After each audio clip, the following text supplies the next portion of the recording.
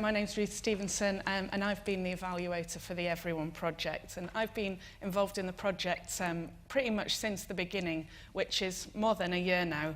And over the course of the year, I've worked with the projects, with the project team and with the steering group, and I've collected a lot of data.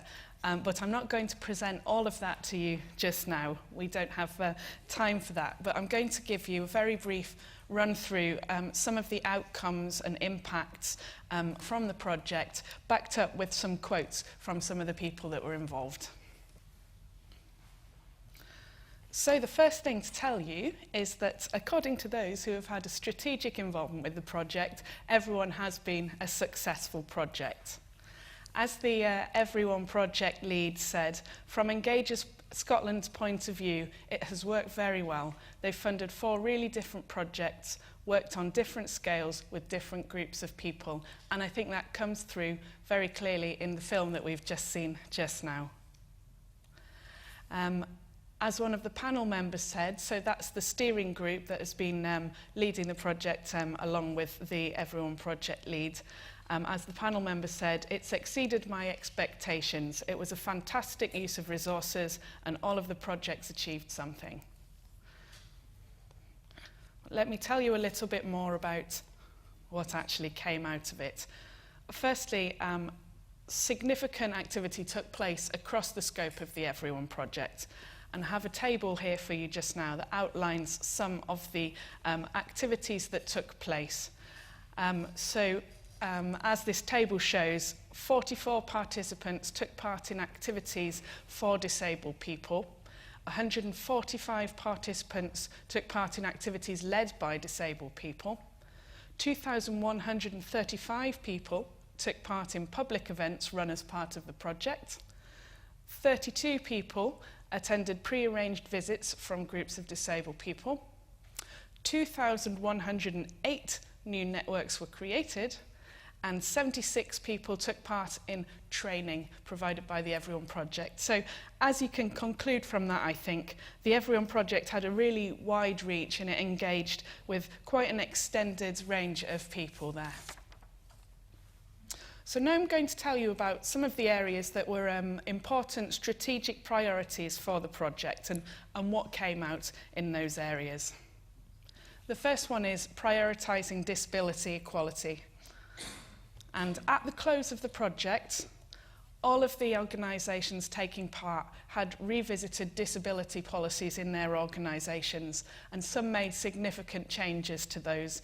In fact, one organisation took part in the training and then apparently went away and ripped up their old policy and wrote a new one. At the close of the project, all of the organisations had made practical changes within their organisations relating to disability equality. That ranged from adding more information onto their website to employing staff specifically to have responsibility for this area of work. So a wide range of changes. Again, at the close of the project, all of the organisations felt that participation in the Everyone project had allowed them to prioritise disability equality. And as the project lead of the Edinburgh project said, all of this is acting as a really good impetus for us to focus. Anything developmental can slip off the radar. This project has been a really good catalyst, so it has been good to have the Everyone project as a way of moving it up the agenda. And this is something that was echoed by actually all of the organisations that were involved in the Everyone project. Now, the next area to tell you about is what the impact of the project was in the galleries that took part. All of the galleries participating in the Everyone project have been able to build staff awareness and confidence in dealing with disability. They've been able to identify and address access issues, either during the project or having generated lists and lists of things to be doing after the close of the project. And they've also been able to improve customer service so that the experience of visiting the gallery is a more welcoming experience, both for disabled people and for other visitors as well. As the Edinburgh project lead said, There's been a lot of learning. It has come with time, and I feel much more comfortable with it now. And as the Dundee project lead said, it has broadened out front-of-house thinking about disability equality. The next area is the impact that the project has had on disabled people. At the close of the project, impacts on disabled people included opportunities to exhibit work, to participate in residencies, to attend workshops, events and consultations, as you've seen in the film that we watched a little bit earlier. There's been the opportunity for disabled people to learn new skills and to build their confidence. As I already mentioned, there's been enhanced access to galleries as well. One of the Glasgow project partners observed, one guy actually said, "I feel more confident now, and what more can you ask for?" And I have a couple more quotes on the impact on disabled people too. The East Lothian project partner, which is someone from the New Struan School, is it? Sanderson's Wine School, I'm so sorry. That's awful. Sanderson's Wine School said, "The whole thing was very successful. Anything that can expose our children to as many experiences as possible is worthwhile. Bringing in things we wouldn't usually have for the children and new ideas too." And a further quote from someone who attended one of the Edinburgh events, whose first language was British Sign Language. They said, "I've been to galleries before with my granddaughter, and when she's asked me what the painting is about, I haven't been able to understand the written information. But this evening, I could access the information. I wish my granddaughter had come with me."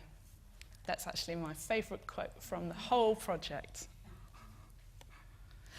As part of the project, the organisations participating have been able to form new networks through the Everyone project. So that's either within their clusters, the organisations that they went into the project working with.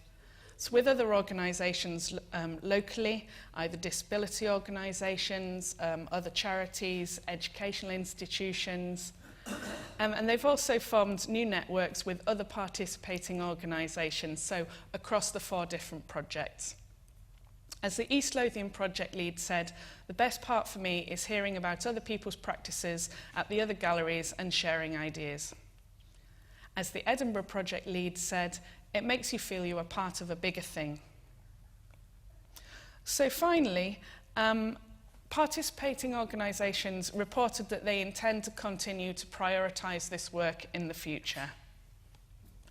As the East Lothian project lead says, "It has reassured me that we can do it as an organisation and we can be more ambitious. This makes a case for us embedding this into the way we work.